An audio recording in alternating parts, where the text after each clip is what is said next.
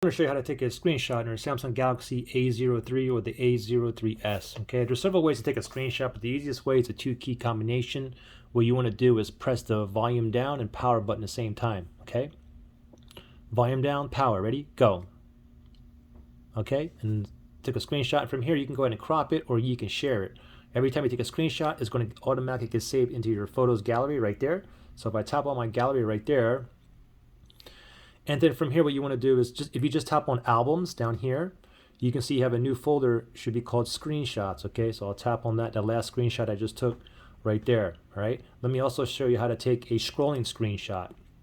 So for example, let's say you're on Google Chrome or like a browser, and you want to go ahead and take a screenshot. I mean, like maybe like half the page or whatnot. So instead of taking like multiple screenshots, you can do one. You can do the whole entire page.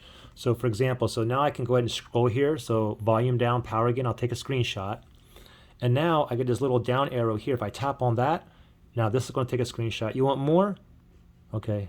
How about this right here? Let's go a little bit more. Let's go one more. Let's go one more. Okay, yeah, that's what we want, one screenshot. Now I can just tap over here.